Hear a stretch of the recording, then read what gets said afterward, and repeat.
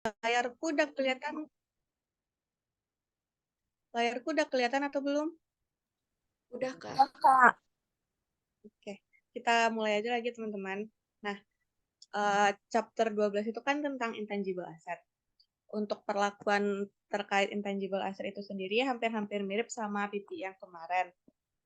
Untuk depresiasi atau amortisasinya itu hampir-hampir sama. Juga impairment-nya juga, dan perlakuan di laporan keuangannya juga hampir-hampir sama. Jadi, kalau misalnya kalian udah lumayan ngerti di chapter PPI, mungkin kalian lebih mudah untuk belajar di intangible ini gitu.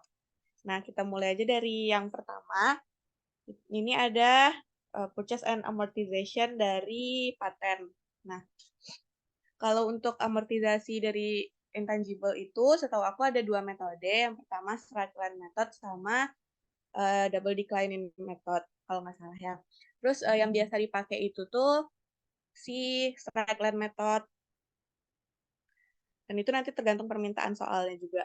Nah, kita lanjut ke soal yang pertama. Di soal yang pertama ini kan dibilang kalau misalnya si perusahaan itu tuh membeli paten pada tanggal 1 Januari 2015 untuk 54.000.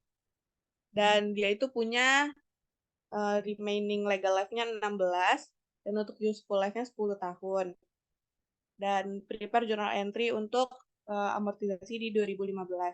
Nah, walaupun di sini ada 2 tahun, yang kita pakai itu tetap useful life-nya teman-teman, karena emang rumusnya itu per useful life, bukan legal life. Nah, berarti kita ketahui dari soal itu ada cost untuk si patennya 54.000, sedangkan untuk useful life-nya ada 10 tahun. Nah, berarti ketika kita beli, paten kita kan bertambah dan kas kita berkurang. Otomatis kalau cash berkurang itu posisinya di kredit, sedangkan ketika ada aset kita bertambah itu posisinya di debit. Makanya si paten ini dicatat di debit dan kasnya di kredit. Gitu. Nah, untuk depresiasi atau amortisasinya itu tuh karena yang diketahui itu cuma 2, yaitu cost sama useful life-nya. Berarti ini itu kita menggunakan straight line method, ya, yaitu 54.000 dibagi 10 tahun, jadinya 5.400. Dan jurnalnya itu amortization expense on patent, sebesar 5.400. Nah, untuk yang soal pertama ini ada yang mau ditanyain? Oh, Kak, mau nanya, Kak. Berarti yang Ya. remaining legal life tuh apanya, Kak? Yang 16 years tuh. Kalau remaining legal life itu sebenarnya masa legal patent itu ada 16 tahun, tapi yang diakui oleh perusahaan itu dia bisa memakainya cuma sampai 10 tahun. Gitu. Jadi paten itu legal dipergunakan sebenarnya sampai 16 tahun. Tapi untuk perusahaan si paten itu bergunanya itu setelah dikalkulasi kegunaan si paten itu cuma sampai 10 tahun, nggak sampai 16 tahunnya gitu. Makanya kita makanya yang 10 tahun bukan yang 16. Gitu. Ada yang mau ditanyain lagi, guys? Kak, berarti kalau misalnya cuma diketahui cost sama useful life-nya itu tuh kita anggap aja memang pakai slackline method. Iya, Kalau misalnya ada info tambahan kayak apa gitu, pakai apa gimana Kak contohnya?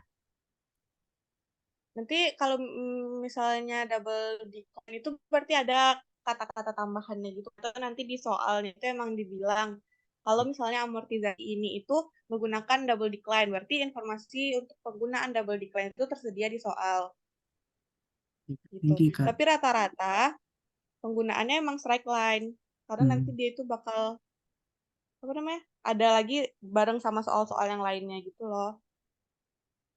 Makanya Kak. rata-rata pakai strike line. Oke. Nah, untuk yang pertama ini ada yang mau ditanyain lagi? Kak, boleh ulang yang amortization expense tuh yang dari mana tadi dapatnya, Kak? Ya, 5.400. iya. Kan cost dari pembelian si paten itu ini kan 54.000 kan. Dan dia nggak ada dibilangnya apa namanya? Residual value-nya. Makanya 54.000 dikurang 0 dibagi sama useful life-nya 10. Makanya dapatnya 5.400 gitu.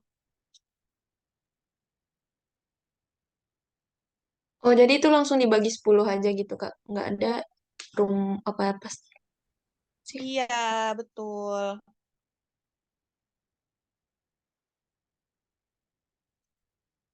Ada yang mau ditanyain lagi, teman-teman?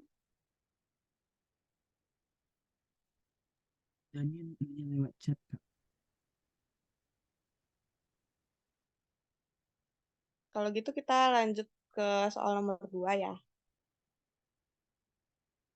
Iya. Nah, di soal nomor 2 ini aku, Kak. oke bentar. Iya, dia nanya ya, kenapa ayatnya?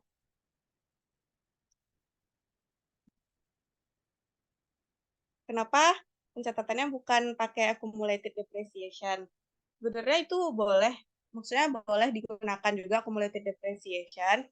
Tapi aku di beberapa sumber kemarin aku lihat ada juga yang pakai accumulated depreciation gitu. Tapi di buku ini dia menggunakan paten karena kan sebenarnya sama aja, tapi mungkin di sini itu dia langsung biar langsung mengetahui gitu loh tinggal berapa sih paten kita yang sebenarnya. Karena ketika paten kita di kredit, yang awalnya paten kita di debit kan berarti secara tidak langsung kita udah tahu nih sisa paten kita ada berapa gitu. Tapi sebenarnya dan ya yang udah aku bilang tadi di beberapa sumber ada juga yang pakai accumulated depreciation. Itu karena di buku ini panduannya itu menggunakan paten dan memnya ngajarin pakai paten kan. Makanya kita ngikutin buku aja pakai paten. Gitu teman-teman. Ya nanti kan berarti selisih antara paten yang debit sama paten yang kredit ini kita tahu jadinya berapa sih nilai paten kita yang saat ini gitu. Nah, untuk yang nomor 1 masih ada yang mau ditanyakan lagi?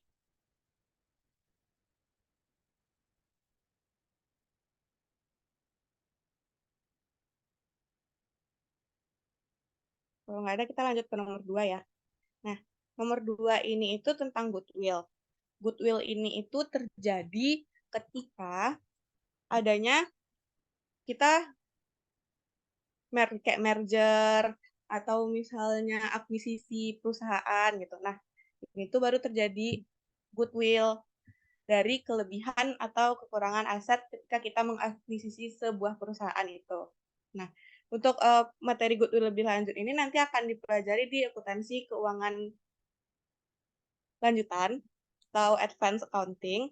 Dan jadi untuk komputasi dari goodwill ini itu di soalnya pada tanggal 1 September 2015 si corporation itu mengakuisisi sebuah enterprise dengan membayar kas sebesar 700.000. Nah, dan di saat purchase itu si amount statement financial position itu menunjukkan ada aset sebesar 620, liabilities sebesar 200, dan juga equity sebesar 420. Dan the fair value si aset itu diestimasikan sebesar 800.000. Nah, hitunglah goodwill-nya. Kalau untuk menghitung goodwill itu, kita tahunya dari si cost of purchase atau konsolidasi tadi dikurang sama fair value dari identifiable net asset atau aset dikurang liabilitas. Nah, kenapa di sini asetnya kita pakai 800.000 yang fair value of asset bukan yang 620? Karena yang 620 ini kan masih nilai buku dari si aset. Sedangkan kita harus tahu nih berapa sih nilai wajar dari si aset tersebut gitu kan. Nah, jadi kita harus menentukan nih nilai wajarnya berapa. Dan di soal ini udah dibilang kan nilai wajarnya itu ada sebesar 800.000. Makanya kita makainya yang 800.000 bukan yang 620. Karena yang 620 ini masih book value-nya yang dicatat sama si perusahaan. Atau biaya historis ketika mereka mendapatkan aset tersebut. Berapa sih ketika mereka beli aset itu ketika mereka beli aset itu disetar sebesar 620. Sedangkan pada masa saat ini yang 620 itu kan belum tentu berlaku lagi karena adanya mungkin kenaikan atau penurunan nilai dari si aset. Makanya kita harus menentukan biaya wajarnya atau fair value-nya. Dan di soal udah diketahui fair value-nya sebesar 800.000. Tapi kalau untuk liabilities itu biasanya dinyatakan sebesar nilai buku atau book value-nya. Makanya kita tetap menggunakan liabilities-nya sebesar 200.000 ini. Nah, tadi kan untuk penghitungan goodwill itu purchase atau cost yang kita keluarkan untuk mengakuisisi perusahaan berarti 700.000 dikurang sama net identifiable assetnya kan, aset dikurang liabilities-nya. Makanya kita dapatnya sebesar ini 600.000. Jadi 700.000 dikurang 100.000, dikurang 600.000 dapatlah angka goodwill-nya sebesar 100.000. Tuh. Jadi nilai dari goodwill yang didapatkan oleh si Winans itu adalah sebesar 100.000. Nah, untuk soal nomor 2 ada yang mau ditanyakan? Kak Farel mau nanya lagi, Kak. Ya, FMV artinya apa, Kak? fair market value. Oh, fair market value. Terus, Kak, kalau misalnya dalam soal itu nggak diketahui nilai dari fair value asetnya, cuma diketahui dari nilai book value asetnya gimana, Kak? Biasanya itu diketahui, Farel. Hmm. Jadi kalau nggak kayak gini penulisan soalnya, biasanya itu ada lagi penulisan soalnya itu kayak ini di sini tuh ada laporan posisi keuangannya atau balance sheet-nya. Dan di tabel berikutnya itu ada fair value dari si aset-aset tersebut. Jadi nanti kita makainya bukan yang dari financial position, tapi kita pakai dari tabel yang fair value gitu. Oke, thank you, Kak. Ya, Kak, berarti jatuhnya nih goodwill nih kayak selisih harganya gitu kan, Kak? iya. Ya selisih harga berarti kayak gimana ya? Kan perusahaan itu tuh nilainya nggak tergantung pada aset-aset yang terlihat aja kan. Nggak tahu ya kayak adanya nama baik yang dikenal sama orang lain atau paten dan segala macamnya. Makanya yang selisih tadi itu kita kategorikan sebagai goodwill karena itu adalah aset yang tidak terlihat oleh perusahaan gitu. Karena kan yang dicatat di sini kan masih aset yang terlihat kan. Makanya kita harus mencatat juga goodwill-nya. Jadi Sama aset pakai yang dari fair value ya Kak, nggak dari yang financial position ya Kak. enggak. Tapi kalau Kan liabilities itu biasanya dinyatakan ya sebesar nilai buku. Berarti kalau liabilities biasanya itu diambilnya dari si nilai buku. financial position ya, statement of Oh financial gitu. position. Oke Kak. Ya, Kak, ini kita nggak buat journal entry-nya, Kak? kalau di permintaan soalnya kan cuman amount dari si goodwill aja. Jadi nggak usah dibuat.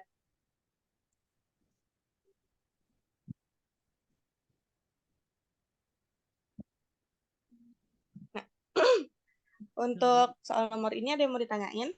Berarti dalam soal ini tuh dia tuh ngebeli perusahaannya gitu, Kak, sekalian sama liabilities-nya segala macam. Iya, jadi dia kayak mengakuisisi perusahaan A, mengakuisisi perusahaan B. Jadi Hmm, dia emang harus membelikan semua aset sama liabilities yang terdapat di perusahaan itu. oke, Kak.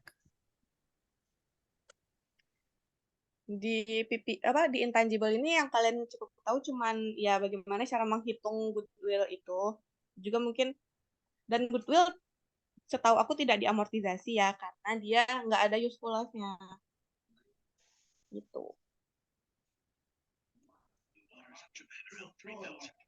Kak, yang estimate the fair value itu emang udah dari waktu dia beli perusahaan tuh atau pas kita udah akuisisi tuh dia hitung lagi dapat itu Kak, fair value-nya maksudnya itu Kak.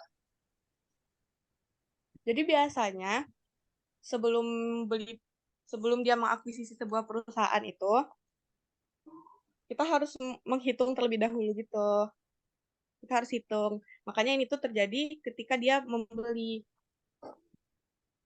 Jadi yang dihitung yang dipakai yang itu Kak, yang 800 bukan yang 620. Bukan. Karena yang tadi udah yang aku bilang sebelumnya tadi, yang 620 ini masih nilai bukunya. Nilai buku tuh pakai biaya historis, bukan biaya saat ini. Oke Kak, Dan kita, makasih. oke. Untuk goodwill ada yang mau ditanyain lagi, teman-teman?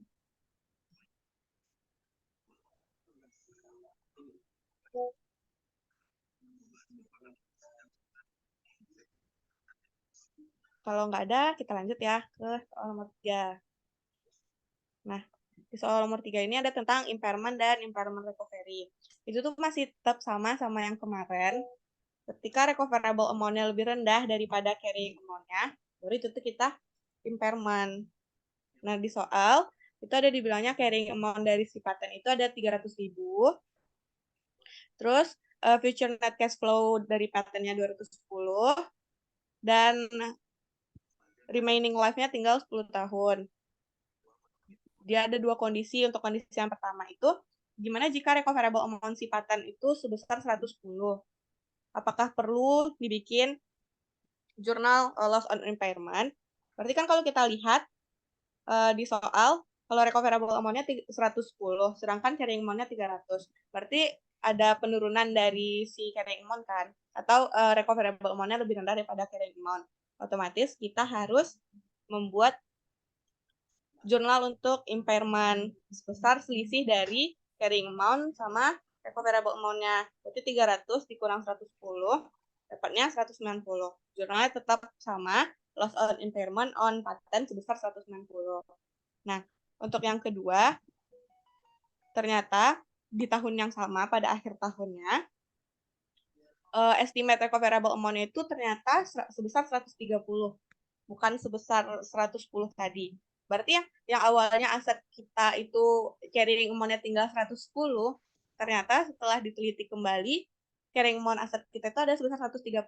Berarti ada kenaikan dari si nilai aset kan, otomatis kita harus membuat perbaikan terhadap impairment yang setelah kita bikin sebelumnya. Nah, kita harus tahu dulu nih new carrying amount aset itu ada sisa berapa dari 300.000 yang carrying amount yang pertama dikurang sama loss on impairment sebelumnya tadi. Dapatnya sebesar 110 atau nilai dari recoverable amount yang pertama. Dan untuk amortization expense-nya itu berarti langsung bagi sama 10 tahun, karena di soal tadi udah dibilang, makanya dapat 11.000. Dan untuk recoverable amount-nya itu berarti 130 dikurangin sama new carrying amount yang tadi, atau recoverable amount sebelumnya, ditambah sama 11.000. Sama dapat dia 31.000.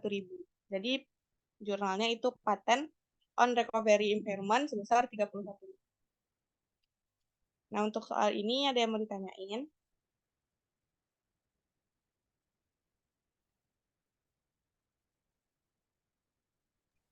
Kak, kenapa yang pencarian yang B ini lebih kompleks gitu Kak dibanding yang A? Karena kan kalau yang A itu dia cuman apa namanya? Dibilangnya doang kalau recoverable amount-nya itu tinggal 110. Sedangkan kalau di yang B ini tuh setelah dihitung kembali ternyata recoverable amount yang pertama itu salah. Makanya harus diperbaiki sehingga pencatatan di yang B itu lebih kompleks daripada pencatatan yang di A. Karena kita harus memperbaiki bukan kesalahan sih, memperbaiki pencatatan sebelumnya yang ternyata itu asetnya nggak sebanyak itu penurunan nilainya. Oh gitu Kak. Jadi kalau misalkan recoverable amount-nya di atas lebih gede dibanding carrying amount-nya, berarti itu nggak rugi ya Kak, nggak loss. Enggak, dan itu nggak perlu dibikin jurnalnya kan. Hmm. Nah, kalau misalnya carrying amount-nya lebih tinggi daripada impairment, berarti kan tidak ada penurunan nilai. Dan itu nggak perlu dibikin jurnal. Oh, jadi bikin jurnalnya kalau impairment, maksudnya kalau misalnya loss aja Kak. Iya, betul.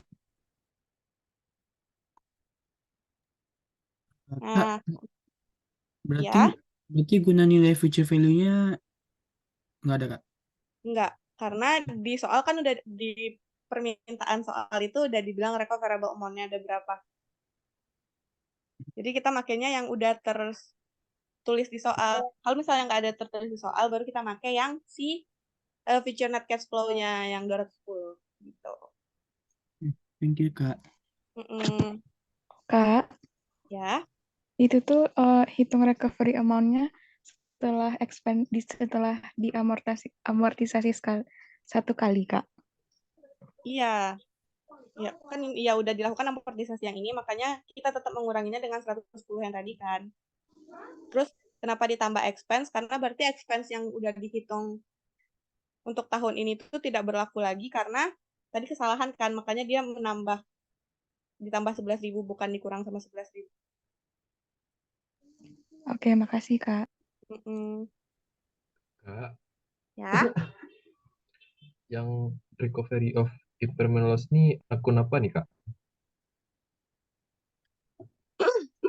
akun untuk memperbaiki pencatatan dari si impairment.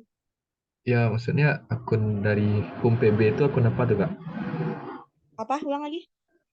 Dari harta, utang, modal, pendapatan, beban. Dia akun apa nih, Kak? Oh, tetap masuk ke aset. Akun kontra, Kak? Iya. Oke, Kak. Sih, Kak. Sama. Untuk yang soal nomor 3, ada yang mau ditanyain lagi?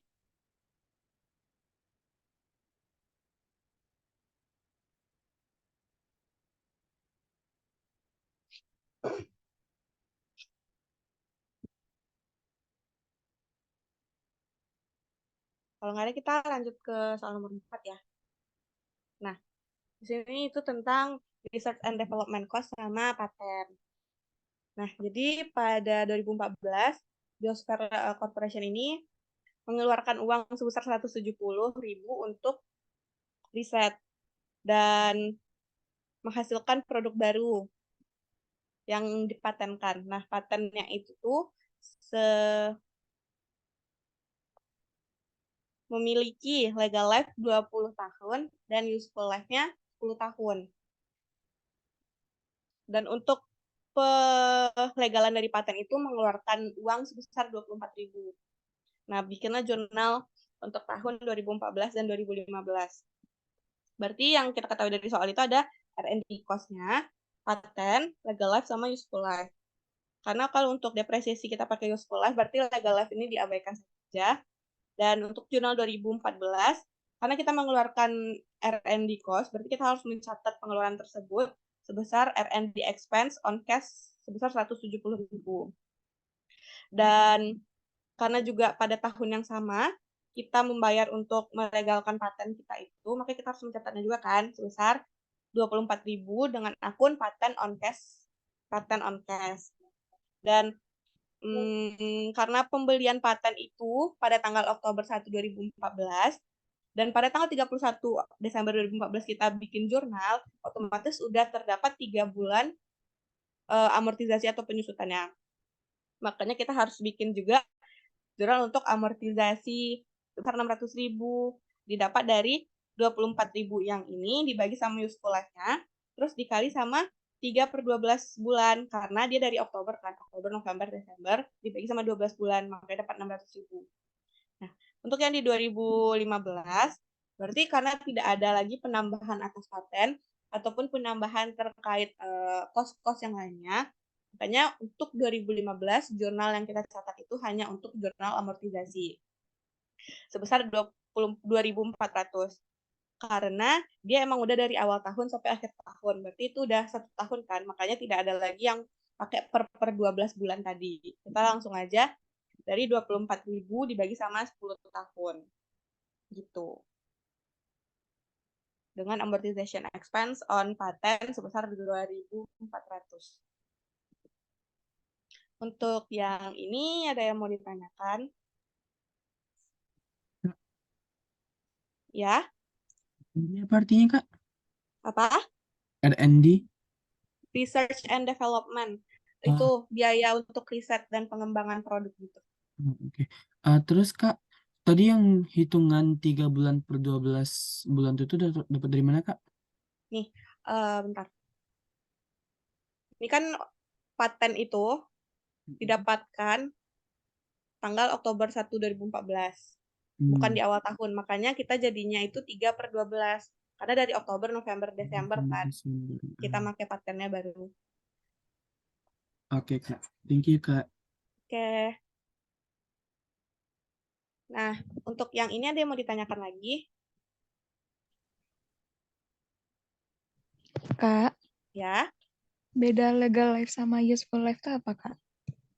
Kalau legal life itu masa berlakunya lah ibaratnya untuk si paten, masa legal si paten. Sedangkan kalau useful life itu walaupun masa legal si paten 20 tahun, tapi yang berguna bagi perusahaan itu cuma sampai 10 tahun. Makanya kita makainya yang 10 tahun untuk depresiasi, bukan yang 20 tahun. Oke, makasih Kak. Iya, sama-sama. Kak, Ya, kenapa yang tahun 2015 tetap 24.000 bagi 10, Kak? Kan pas 2014 sudah 600, udah dikurang, Kak. nah kenapa tetap bagi 10 nggak ada embel-embel lagi? Karena dia tuh kan strike line method. Kalau strike line method itu 2014 tetap di 2014, yang di 2015 tetap di 2015. Kecuali kalau double declining atau sum of the year yang kemarin, itu tuh baru harus mempertimbangkan penanggalan kan. Kalau ini kan karena strike line dia bisa langsung bagi 3/12 atau berapa per 12 gitu. Sedangkan untuk di 2015 itu dia udah dari 1 Januari ke 31 Desember yang mana itu udah 12/12 bulan. Makanya dia nggak ada dibagi atau tidak ada mengikuti nilai dari 600 ini lagi. Makanya dia cuma 24.000 bagi 10. Iya. Makasih, Kak. Oke. Ada untuk soal nomor 4 ini, ada yang mau ditanyakan lagi? Kak, dikit lagi. Ya. Jadi kan kalau misal 24.000 itu tuh bagi 10 itu tuh kan karena dia strike line method. Jadi kalau misalnya dia nanti soalnya itu tuh pakai metode lain, kita cari pula dulu apa namanya amortization-nya itu tuh per tahunnya berapa. Berarti kan kemungkinan kalau misalnya pakai cara lain, bisa jadi kan tiap tahunnya kan berbeda. Nah, berarti tergantung kalau misal ditanya yang 2014 itu nanti tahun pertama itu yang baru kita bagi 3 Kak atau gimana? Bagi kali 3/12. Coba ulang lagi. Ini kan kalau misalnya strike line method kan memang sama setiap tahunnya. Jadi kan kita langsung bagi 10 aja. Tapi kalau misalnya nanti di soal itu tuh keluar dia bukan pakai strike line method tapi pakai metode lain, kan kemungkinan em, amortisasi itu tuh kan setiap tahunnya bisa berbeda. Berarti nanti Iya. itu tuh untuk tahun 2014 itu kita memang ngitung dikalikan 3/12 itu dengan amortisasi tahun pertama, Kak. Iya, betul. Nanti untuk yang di 2015-nya itu berarti nanti kita pakai yang 9/12 Oh, dikali sama nilai amortisasi juga tahun pertama. Anggaplah tetap 24.000 ya untuk amortisasi tahun pertama. Berarti kalau misalnya untuk yang 2014 kan 3/12 dikali sama 2.400. Nah, kalau untuk tahun 2015 nanti berarti 9/12 dikali sama 2.400. lu 3 kali 12 Ya, itu lagi dikalikan sama yang amortisasi tahun kedua, Kak. ya. Berarti Oke. sisanya ya nanti 3/12 kali amortisasi tahun. Oke, thank you, Kak. Oke. Nah, untuk yang ini ada yang mau ditanyakan lagi?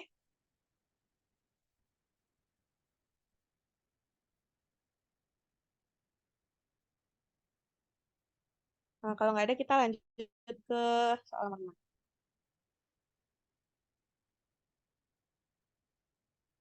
Nah, ini tentang copyright. Nah, di soal itu diketahui kalau misalnya cost dari copyright itu ada 8.600.000. Carrying amount-nya 4.300.000 dan recoverable amount-nya 3.400.000. Terus pada tanggal 31 Desember 2015, si perusahaan itu mengestimasikan useful life dari copyright itu sebesar 10 tahun. Dan untuk jurnal yang pertama, buatlah jurnal jika adanya pencatatan untuk impairment pada tanggal 31 Desember. Berarti kan kalau kita lihat dari soal carrying amount-nya sebesar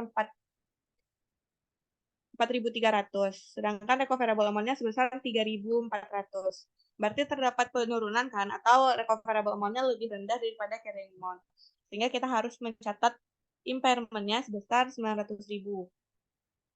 Yang mana itu hasil dari 4,3 dikurang sama 3,4. Dan pencatatannya yaitu loss and impairment on copyright sebesar 900.000. Dan untuk soal yang kedua, disuruhnya kita bikin amortization expense untuk copyright pada tahun 2016. Nah, karena berarti kan tadi ada penurunan nilai si copyright, otomatis kita harus memakai nilai copyright yang baru kan, yaitu sebesar recoverable amount-nya, yaitu 3.400. Nah, karena useful life-nya ada 10 tahun, makanya 3,4 itu dibagi sama 10, dapat amortisasinya sebesar 340.000. Dan kita bikin aja lagi jurnalnya amortization on copyright sebesar 340.000. Nah, untuk yang ini ada yang mau ditanyain?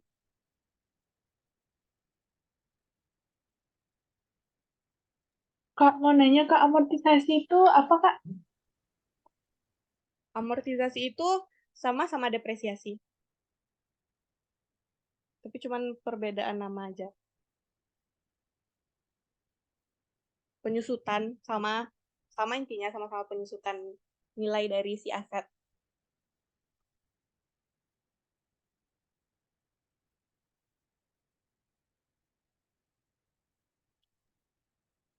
Kak, berarti amortisasi Ya. untuk soal yang band ini kita ngikutin carrying amount baru yang udah disebut di soal karena dia ngikutin recoverable amount, Kak? Iya. Jadi kan pada awalnya nilai si aset itu sebesar 4.300 kan. Setelah dihitung kembali, ternyata nilai aset yang sebenarnya itu ada 3.400. Otomatis untuk penyusutannya kita makainya yang 3.400. 3.400 gitu.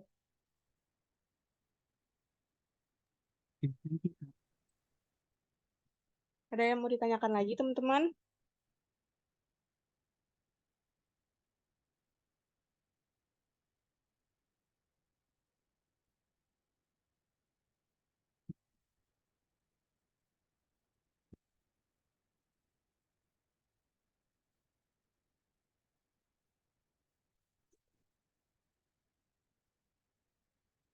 Kalau nggak ada, untuk soal nomor 1 sampai nomor 5, ada yang masih ragu atau ada yang pengen ditanyakan? Untuk ujian soalnya kayak gini juga ya, Kak? Eh, tahun aku iya, masih per item. Maksudnya masih per 1, 2, 3. Satu soal untuk satu transaksi. Oh, gitu, Kak. Oke, Kak. Teman-teman udah ngerjain soal yang aku kasih? Soal ujian tahun aku? Yang 2021, Kak. Mm-mm. Belum, Kak.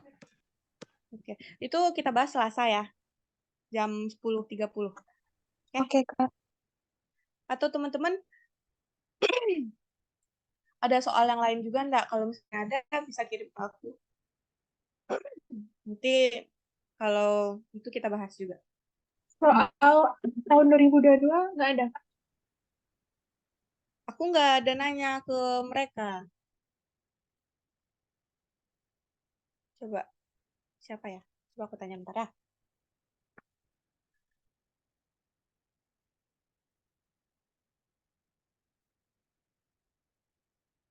Kalian kalau misalnya ada yang nemu tahun 2022, boleh share ke aku juga. Yang bikin soal kakak atau mem Kak? Mem, aku cuman ngajar tambahan latihan soal aja. Kalau misalnya nanti besok memnya mau minta tolong aku jadi pengawas, kalau aku nggak ujian, aku mungkin jadi pengawas.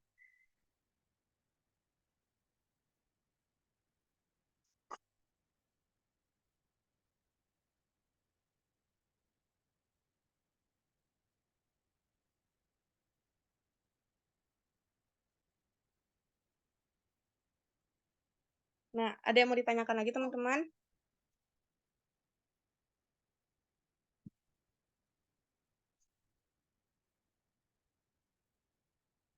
Kalau nggak ada, aku stop share screen ya. Dan kita dokumentasi bentar ya. Oh ya, nanti aku kirim link absennya ya di grup. Bagi teman-teman yang bisa on cam, mungkin boleh on cam.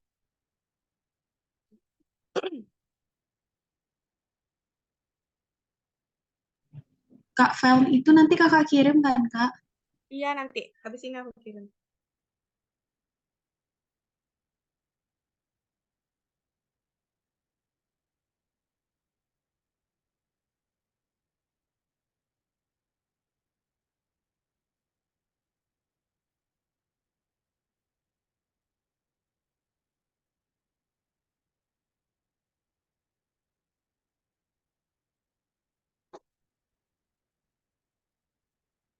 Udah ada yang mau on cam lagi?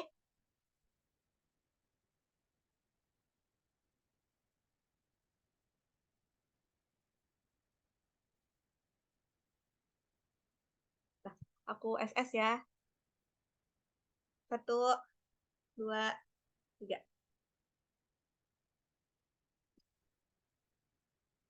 1, 2, 3. Nah, makasih teman-teman yang udah mau datang ASDAS kali ini. Terus semangat untuk UTS-nya di hari Rabu ya, jam 8. Semangat teman-teman. Dan kita ASDAS lagi di hari Selasa jam 10. Dan aku minta tolong untuk cariin kelas ya di hari Selasa itu.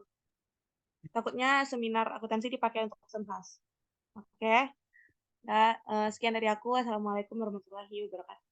Waalaikumsalam warahmatullahi wabarakatuh. Thank you, Terima kasih banyak. Kak. Oke, Makasih, sampai Kak. jumpa.